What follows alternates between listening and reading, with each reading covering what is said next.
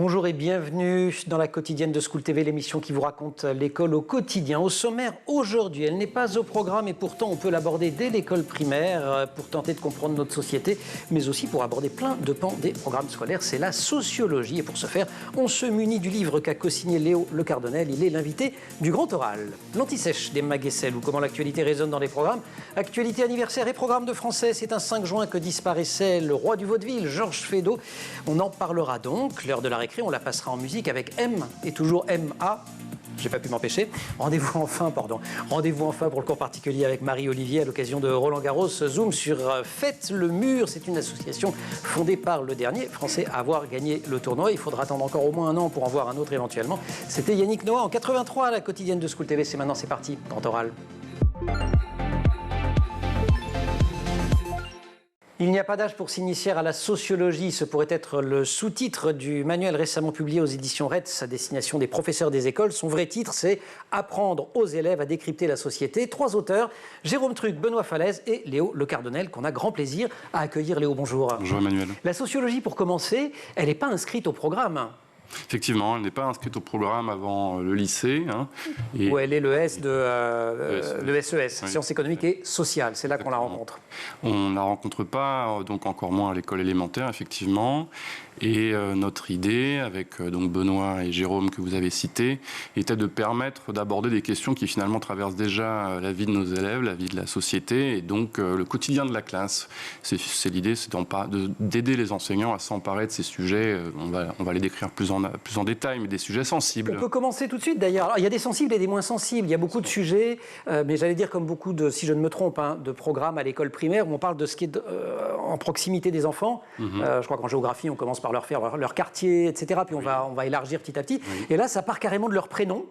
Et vous dites, par exemple, le prénom d'un enfant, c'est un objet sociologique. C'est un objet sociologique, effectivement. Ça se situe plutôt en fin de manuel. C'est vrai, je l'ai vu. Vous évoquez là, c'est leur permettre de mener l'enquête.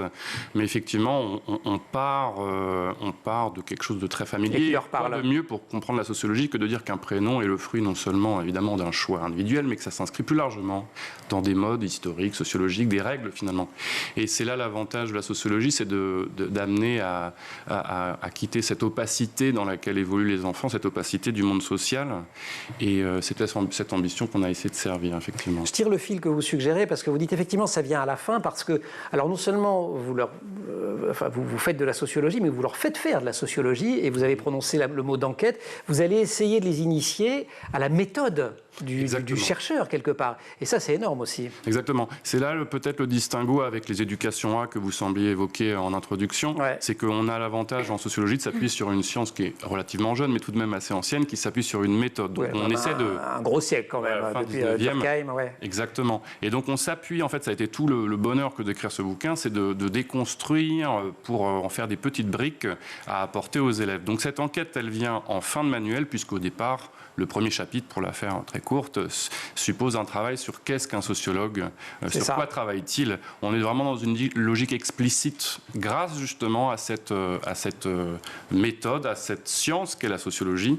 Je préfère insister là-dessus. Et ensuite, on a tout un travail didactique de déconstruction, de transposition. C'est très pas à pas, mais ça commence effectivement par comprendre et expliquer sans juger. Ce serait pas mal que certains adultes s'y emploient eux aussi. On parle de quelle classe quand on dit cycle 3 ? Donc CM1, CM2, 6e. C'est ça. Oui. Il y a 2 objectifs que vous avancez dans l'intro, développer un esprit critique et devenir des citoyens bienveillants et tolérants. On va les prendre dans l'ordre si vous voulez bien. L'esprit critique, de manière très concrète, quand on est prof des écoles, vous l'avez été, vous avez aussi été formateur en INSPE, vous vous apprêtez à diriger une école d'application. Mais quand on est dans la classe, de manière hyper concrète, l'esprit critique de l'élève, comment ça se développe ? Comment ça se développe ? C'est finalement instaurer une vigilance presque quasi permanente. Je crois que même c'est un rapport au savoir. Moi qui apprécie les ouvrages d'Étienne Klein, j'apprécie lorsqu'il explique qu'au-delà des connaisses qu'on doit évidemment transmettre à l'école, il est bon de se questionner sur leur origine, leur construction et peut-être même à travers ça comprendre comment elles se construisent et quelle est derrière la méthode scientifique. Donc je dirais que c'est un état d'esprit et très important qui ne se décrète pas. On a peut-être parfois tendance, quand on fait de l'EMC de manière peut-être... Donc éducation morale et civique. Enseignement, pardon, moral et civique. Enseignement moral et civique, on pourrait être tenté, si on fait ça un peu rapidement, de plonger les élèves dans un bain moral de ce qu'ils auraient... Oui, c'est la maxime inscrite au tableau. On a évolué. Au début du... Oui, ils allaient la situer. Elle a un siècle, elle aussi. Mais bon. L'idée, c'est vraiment de faire finalement confiance aux élèves, aux enseignants, et d'être ambitieux sur cette question de l'esprit critique. Et on va en parler, parce que la méthode sociologique, ça permet aussi d'amener de la pédagogie de projet, d'amener de la transdisciplinarité. On va raconter aussi comment ça permet de hacker un peu les programmes et d'aider finalement les enseignants à casser les cadres. Mais quand je prends le deuxième terme, former des citoyens bienveillants et tolérants. La tolérance, c'est super compliqué en vrai. La sociologie, l'idée, c'est quand même de prendre pour objet les relations entre individus et groupes. À un âge, au cycle 3, et puis ensuite, bien sûr, on se construit comme individu, mais on se construit par rapport à autrui, par rapport à une société. En ce sens, par contre, ça s'inscrit complètement dans les programmes de MC, par exemple. Donc voilà, c'est cette altérité qu'on doit appréhender, et rendre lisible finalement ces règles sociales, toujours à hauteur d'enfant et toujours proche des pratiques enseignantes. C'est ce qu'on a voulu faire. L'idée n'est pas seulement de dire il faudrait que, il suffirait que, mais bien donner un manuel. Clé en main, pas à pas, assez proche des pratiques des enseignants. Je vous montre juste parce que visuellement vous comprendrez ça de loin. Voilà, c'est très organisé, c'est très guidé. Il y a plein de documents, plein d'exercices. On va raconter tout ça, si vous voulez bien, Léo, après l'anti-sèche d'Emma Guessel, et on continue à parler de la façon d'apprendre aux élèves à décrypter la société. Elle décrypte l'actualité. Emma, bonjour. Bonjour Emmanuel. Alors, décryptage de l'actualité, et puis de temps en temps des petits anniversaires un peu moins actuels. De temps en temps, 4 jours sur 5. On est un 5 juin, et c'est un 5 juin en 1921 que disparaissait celui qu'on a appelé le prince des vaudevillistes, Georges Feydeau. Avec un surnom pareil, les programmes scolaires ne pouvaient pas passer à côté de lui. Oui, même si Feydeau n'a pas toujours eu bonne presse, et je vais vous raconter pourquoi. Lorsqu'il naît en 1862, il y a 2 théâtres qui cohabitent en France. Il y a le drame romantique, comme par exemple toutes les pièces de Victor et Hernani, évidemment, qui ont très souvent une portée politique et qui mêlent les classes sociales. Et en parallèle, il y a le théâtre de boulevard qui rencontre un franc succès tout au long du 19e siècle, notamment le vaudeville, dans lequel s'illustre notre jeune auteur. Le vaudeville, je crois, c'est ce qu'on appelle le théâtre bourgeois. C'est ça. Alors, bon, si on veut résumer, il y a des rebondissements dans tous les sens et des adultères dans tous les sens. Voilà, et des quiproquos. Voilà. Et vous venez de résumer toute l'œuvre de Feydeau. Voilà. Merci beaucoup, Emma. On retrouve Léo Le Cardet. Voilà, exactement. On y retrouve les rebondissements, les quiproquos à n'en plus finir et les histoires d'adultère. Alors, le dramaturge écrit des scénettes et des monologues depuis qu'il est tout petit. Un autre auteur est alors maître du vaudeville, c'est Eugène Labiche. L'auteur d'Italie et tout ça. Tout à fait, un chapeau de paille d'Italie. Et l'auteur encourage le jeune Feydeau lorsqu'il présente sa première pièce, Tailleur pour dames, qui est très bien accueillie lors de sa création à Paris au Théâtre de la Renaissance en 1886. Bien accueilli au départ, ça se gâte un peu par la suite. Mais oui, ces pièces ne plaisent pas. Alors, Feydeau fait le tour des cafés, il fait le tour des bars parisiens, il sort beaucoup, il connaît la vie nocturne parisienne, mais heureusement, le succès est quand même au rendez-vous quelques années plus tard, en 1892, lorsqu'il écrit Monsieur Chasse et Champignol malgré lui, des pièces qui font rire le succès, et Timédia. On peut également citer Un fil à la patte, Dindon, La puce à l'oreille, où s'enchaînent les situations rocambolesques et les quiproquos. Et d'ailleurs, toutes ces pièces, absolument toutes ces pièces, sont encore jouées encore aujourd'hui. On trouve forcément un Feydeau quelque part à Paris. Et les professeurs, d'ailleurs, font souvent jouer Feydeau à leurs élèves s'ils décident de monter une pièce parce que c'est drôle, c'est léger et ça permet d'aborder les programmes de français de manière ludique. Voilà. Une pièce marque un tournant dans sa carrière tout de même, c'est On purge bébé. Et là, Feydeau s'attaque à la comédie de mœurs. Absolument, avec des personnages dont le caractère est plus approfondi, plus précis. Et il s'inspire pour cette pièce de sa propre vie. Parce qu'il se sépare de sa femme après 20 ans de vie commune. On purge bébé est donc une pièce sur le divorce, l'adultère et une certaine médiocrité de la bourgeoisie de l'époque. Là, c'est vraiment l'époque où il a énormément de succès, même si on lui reproche ce côté très léger, très gai, très joyeux. Je vous disais qu'il n'avait pas toujours eu bonne presse. Il était méprisé à cause de ça. On ne le prenait pas vraiment au sérieux parce que son théâtre n'était pas considéré comme étant sérieux, justement. Pourtant, encore aujourd'hui, ce sont des pièces jouées en permanence, autant par des amateurs que par des professionnels. Par exemple, 12 de ces pièces ont fait leur entrée à la Comédie Française dans les années 1940. Et à chaque fois, tout est complet. C'était un génie comique, salué aujourd'hui par les metteurs en scène. Et donc, il meurt en 1921 à l'âge de 58 ans. Merci beaucoup. Pourquoi il meurt ? Il meurt à cause de troubles psychiques. Il avait la syphilis et il est devenu fou à la fin de sa vie. Il adultère à force de... Voilà, on va dire que c'était ça. Voilà, et si je ne me trompe, il y a au moins un fait d'eau au programme de la Comédie Française la saison prochaine, et ma mémoire me fait défaut, je ne sais plus si c'est le fil à la patte ou la puce à l'oreille, je crois la puce à l'oreille, mais effectivement, dépêchez-vous de réserver parce que ça se remplit très très vite. Il n'y a plus de place. Ça y est, déjà c'est fait ? Bah oui, moi j'ai ouvert il y a 2 jours. Non. Oh là là là là là. Bon, Emma, merci beaucoup pour cette mauvaise nouvelle. Léo Le Cardonnel, Grand Oral.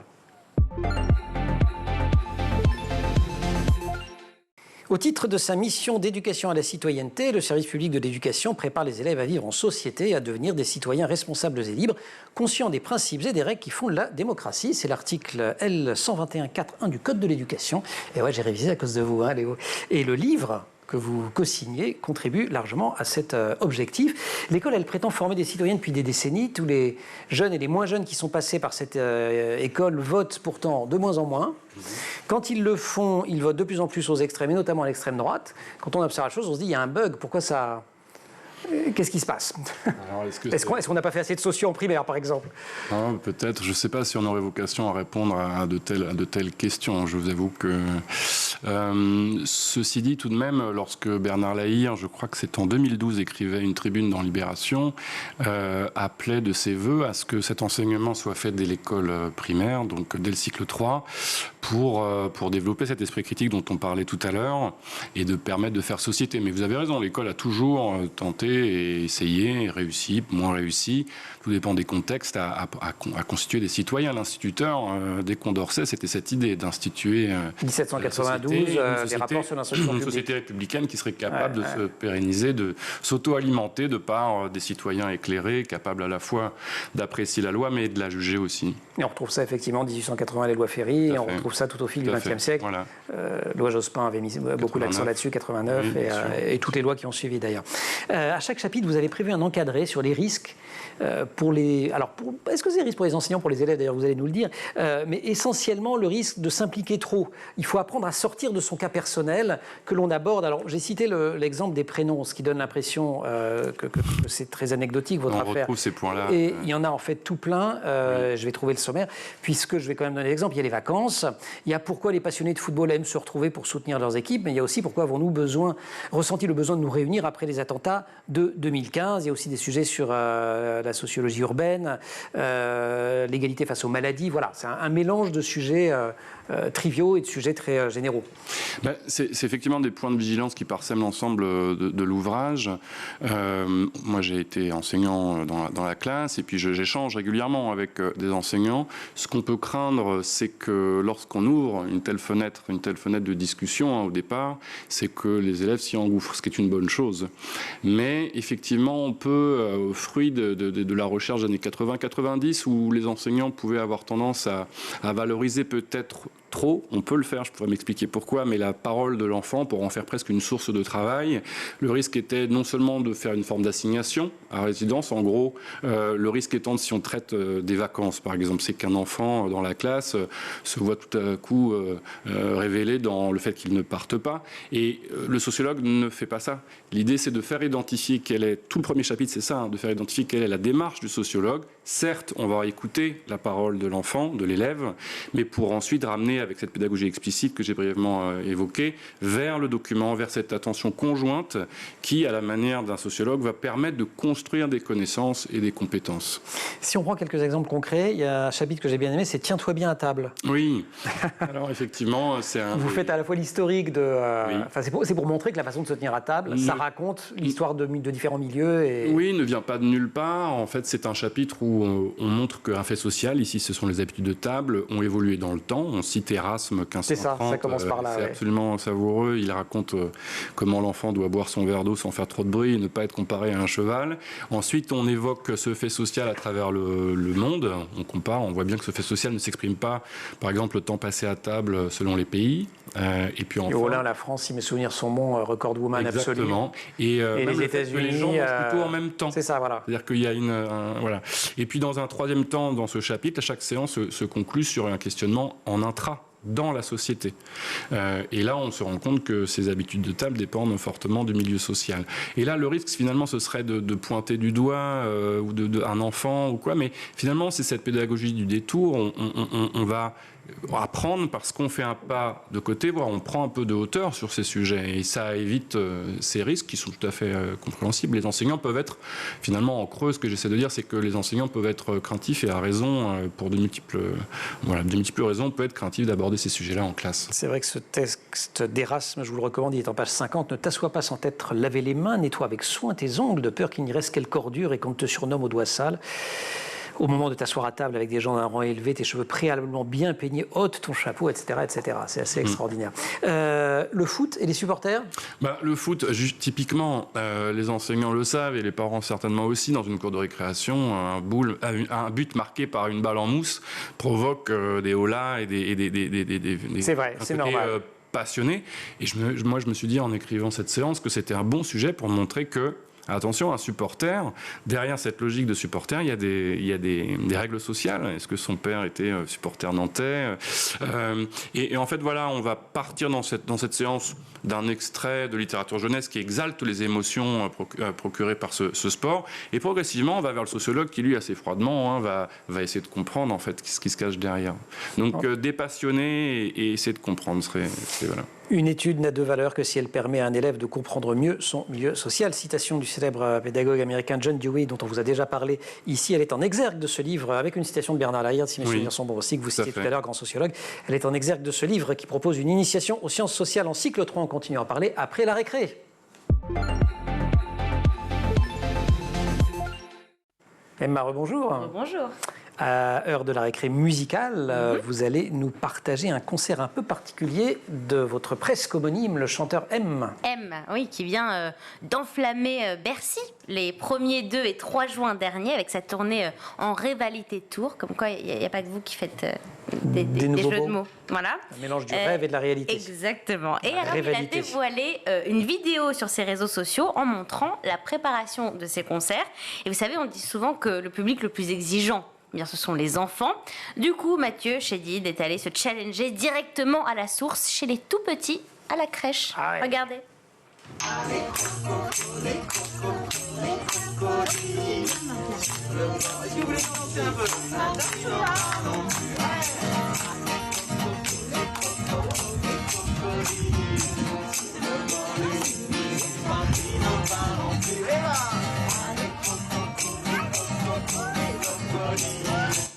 Et sous vos yeux esbaudis, la choré d'Emma.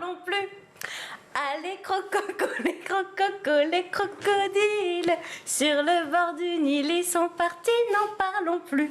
Je faisais ça quand j'étais petite, à la crèche, et je m'en souviens encore aujourd'hui. Extraordinaire. Elle est géniale, cette chanson, c'est la meilleure comptine. Et M, on l'aime, sans mauvais jeu. On adore M. On l'adore. Cro. Mais évidemment, chanter comme ça. Tous l'erreur. Oui. Les enfants, ils chantent ça. Oui. Oui.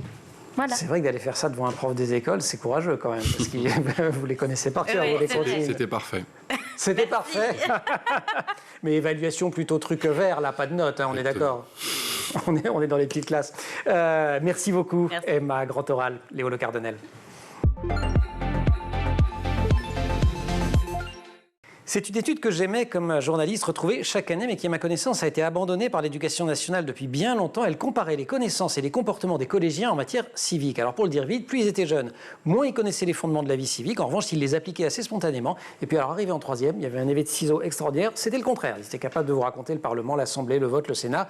Mais s'ils trouvaient l'interro du lendemain, comme par hasard, sur un banc dans l'école, au lieu de la rendre au prof, ils allaient évidemment la partager. Enfin, je dis évidemment. Bref, ils allaient la partager avec leurs petits camarades. Est-ce que c'est plus facile en primaire d'aborder ces questions-là que de le faire au collège ? Non, je dirais que non. Alors moi, je ne suis pas... c'est au moins plus facile parce que vous avez le même enseignant parce que c'est transdisciplinaire votre affaire. Tout à fait, avec ça, on fait du français, on fait de l'histoire, on fait de la géo, on fait plein de trucs. Bon, il faut en mettre d'accord des profs au collège pour le faire. C'est vrai, on s'inscrit plutôt dans une logique de projet puisqu'on fait des mathématiques, de l'histoire, de la lecture de documents très divers. Est-ce que c'est plus simple à l'école primaire ? Je ne sais pas. Peut-être, je ne veux pas faire offense aux enseignants de collège qui doivent pouvoir passionner leurs élèves, mais il y a une certaine ouverture, un a priori positif assez assez immédiat avec les enfants qui s'étiolent peut-être un peu. Je ne sais pas. Non, j'aurais peur là de faire caricature. Ouais. Vous, voilà. Ça a pu être dit sur ce plateau, hein, donc vous pouvez y aller quand même. Non, mais j'en suis pas certain en réalité. Ouais. Voilà. Non. Comment on évite la discussion Café du commerce sur des sujets tels que ceux que vous abordez? Eh ben, c'est vraiment la structure, la pédagogie en réalité. C'est amusant parce que en travaillant sur ce livre, j'ai relu certains rapports de sociologues, notamment Bourdieu, qui en 85 évoquait déjà la volonté d'avoir c'est ce qui s'appelle la sociologie critique, de lever les implicites et d'être très clair sur les objectifs d'apprentissage, notamment à direction des enfants dits défavorisés ou en difficulté. Et donc pour éviter cette discussion, moi j'ai déjà vécu ça en classe quand j'avais moins préparé ma séance, où finalement on ne sait pas trop où on va et on est pris par un certain plaisir de voir ces classes un peu bavardes qui semblent s'emparer. Nous on a peut-être de manière un peu trop rigoureuse, mais on a vraiment souhaité viser des objectifs, des apprentissages, aussi bien des notions.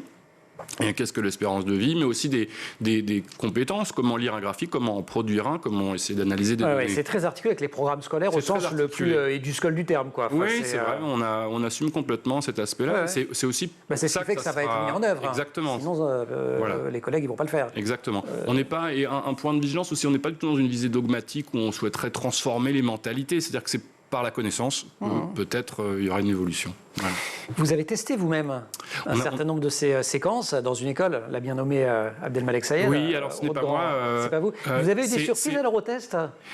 En fait, c'est donc Jérôme Truc qui a rencontré Benoît et qui a testé effectivement dans cette école Abdelmalek Sayed, un grand sociologue qui a été lui-même d'ailleurs instituteur, Monsieur Sayed, qui a testé effectivement de premières séances, et puis ils ont fait appel à moi pour, si je puis dire, essayer de didactiser et être dans la faisabilité de ce qu'on peut attendre dans une classe de CM1, de CM2, voire de 6e. Mais voilà, il y avait un énorme travail parce que, pour l'anecdote, je m'en prive pas, il me l'a raconté, il l'a raconté dans d'autres endroits.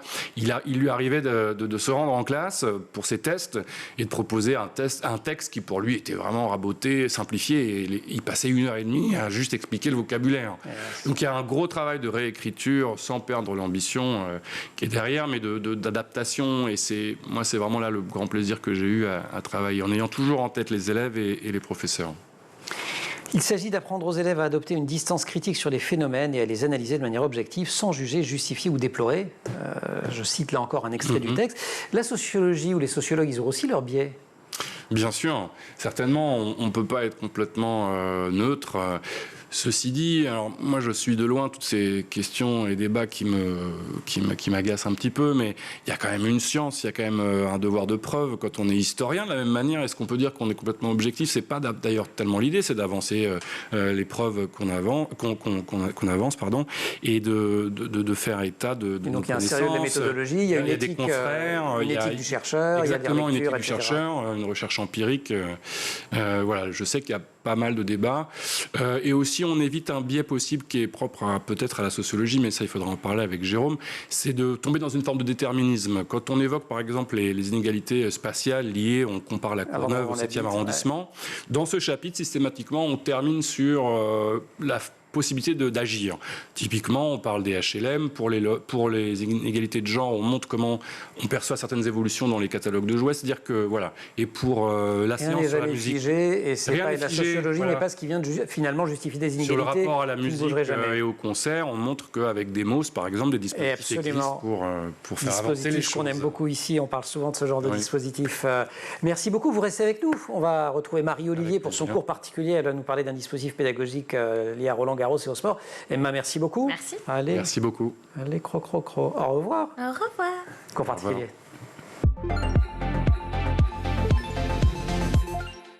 Et aujourd'hui, dans le cours particulier, vous allez, Marie, nous parler de tennis. Bonjour. Bonjour Emmanuel. Quinzaine de Roland Garros. On ne va pas parler de Roland Garros, mais on va parler de tennis pour les jeunes et de tennis. Alors, ce n'est pas forcément le tennis contre l'exclusion, mais en tout cas, le sport et comment essayer d'intégrer des jeunes. Exactement. Et Faites le mur, c'est une association qui a été fondée par le dernier Français à avoir gagné Roland Garros.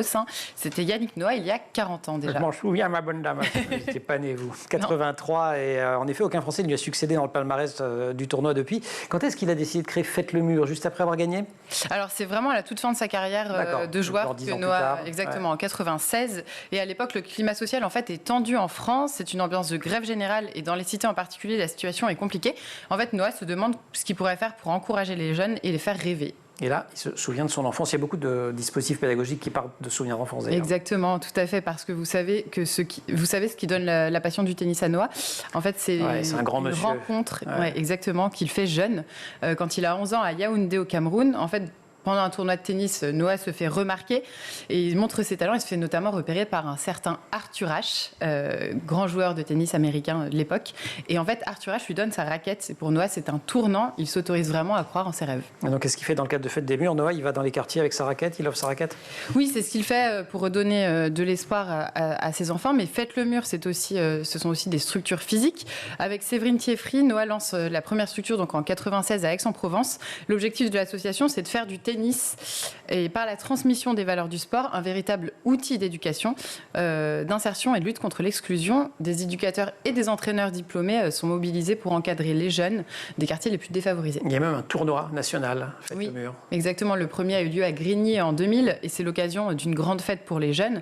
Dans les années qui suivent, l'association reçoit aussi de nombreux agréments ministériels par le ministère de l'Éducation nationale, le ministère de la Jeunesse et des Sports. Et Fête le Mur est même affiliée à la Fédération française de tennis. Ce qui va assez loin, je crois que la fédération s'est emparée de Fête le Mur. Oui, exactement. C'est une première pour une fédération en France. En fait, Fête le Mur devient en 2017 l'opérateur national dans les quartiers prioritaires de la ville pour la Fédération française de tennis. Donc le but, c'est vraiment de faire en sorte que les jeunes s'insèrent par le sport. Et c'est intéressant parce qu'on sait que le tennis a souvent été réservé aux privilégiés. C'est un bon sujet de sociologue. Oui, je vais aller au Le Cardinal quand on va très bon sujet pour le tome 2, on va le mettre. Exactement, ils sont implantés un peu partout en France? Oui, exactement. Et en 2019, l'association a obtenu le label Tremplin Asso. Donc des financements ont permis de doubler leur nombre d'implantations en 3 ans. Donc en septembre 2021, ils ont atteint la barre des 100 implantations, centres d'intervention en France métropolitaine et en Outre-mer. Il y a des exemples d'autres activités organisées par Fête les Murs en dehors de ce grand tournoi national? Oui, des tournois de tennis, mais aussi des cours et des entraînements. C'est vraiment un moyen pour l'association de démocratiser le tennis et surtout de fédérer les jeunes avant de les accompagner dans des programmes d'éducation et d'insertion. Mais ils ne font pas que du tennis, ils font aussi du double dutch. Est-ce que vous voyez ce que c'est? C'est une danse que vous allez nous faire. Alors, je ne peux pas trop la faire parce qu'il faut des cordes à sauter. C'est une forme de hip-hop. C'est un sport qui est inspiré en fait, des cultures hollandaises, d'où le Dutch, et qui a été créé aux États-Unis, à New York, au XVIIe siècle. New York qui s'appelait à l'époque la Nouvelle-Amsterdam. Donc, c'est un sport qui mélange soit à la corde et hip-hop et qui fait appel à la coordination, à la vitesse et à l'esprit d'équipe. Il a été popularisé dans le Bronx au XXe siècle. Donc ça, c'est quoi? C'est pour le jeu de jambes des futurs tennismen? Oui, ça doit aider au jeu de jambes, c'est clair. Et ensuite, ils font des tournois, des événements sont organisés. Ils peuvent se former à l'arbitrage, au ramassage de balles, mais aussi faire des stages comme le programme Tous sur le civique d'apprendre l'arbitrage, d'ailleurs. Bien sûr. Oui, tout à fait. Et ça, Tous sur le cours, c'est un programme d'orientation qui leur permet de tester différents rôles sur le cours au tennis. Ça, c'est tout ce qu'il y a autour du sport, mais ils ont des programmes sans sport. Oui, le tennis, c'est une manière de divulguer les valeurs du sport, de fédérer, mais c'est aussi une porte d'entrée à des programmes, par exemple des programmes d'orientation et d'insertion scolaire, de promotion des filles et des femmes, d'éducation alimentaire ou encore de décloisonnement. Donc en fait, ils font des sorties à gauche, à droite, des sorties culturelles. En 2020, par exemple, une année pourtant particulière, marquée par le Covid, il y a eu 162 sorties qui ont été organisées par l'association et certains plus âgés sont même partis en voyage à l'étranger. Génial. Magnifique. Ce genre d'initiative qui vous plaît, ça? Oui, tout à fait. Oui. Le sport au service de la citoyenneté, c'est très bien. Génial, merci beaucoup. Merci. Et puis on attendra 2024 pour avoir éventuellement un successeur français à Yannick Noah. Mais belle fin de tournoi quand même pour tous les passionnés. Elles sont toutes et tous. Oui, ça y est, c'est fait. Voilà. Mais ça n'empêche pas qu'il y a de très beaux joueurs et de très belles joueuses. Et on va quand même en profiter jusqu'à la fin de la semaine. Merci beaucoup, Marie. Léo, merci beaucoup. Apprendre aux élèves à décrypter la société. Léo Le Cardinal, Jérôme Truc, Benoît Falaise. Il y a plein de ressources numériques aussi. En plus, c'est aux éditions RED. C'est un livre, pas vous mentir, c'est un livre pour les professeurs des écoles, mais très honnêtement, moi qui ne le suis pas, en le lisant, d'abord on réapprend plein de trucs et surtout vous décodez. Il y a un côté la sociologie pour les nuls, quoi. Enfin, j'ai compris un tas de choses sur la méthode de recherche de la sociologie en le lisant peut-être autant que dans un que sais-je. Donc finalement, on peut même l'ouvrir sans être spécialement, directement concerné. Merci donc et merci aussi comme d'habitude à toute l'équipe de La Quotidienne, Laure Audemont au maquillage, Marine Plantec pour la préparation de l'émission et en régie également. Au son, Maxence Mougin, Théo Boscar pour la réalisation. Vous restez sur School TV, vous nous retrouvez nous en permanence sur Internet et sur les réseaux sociaux.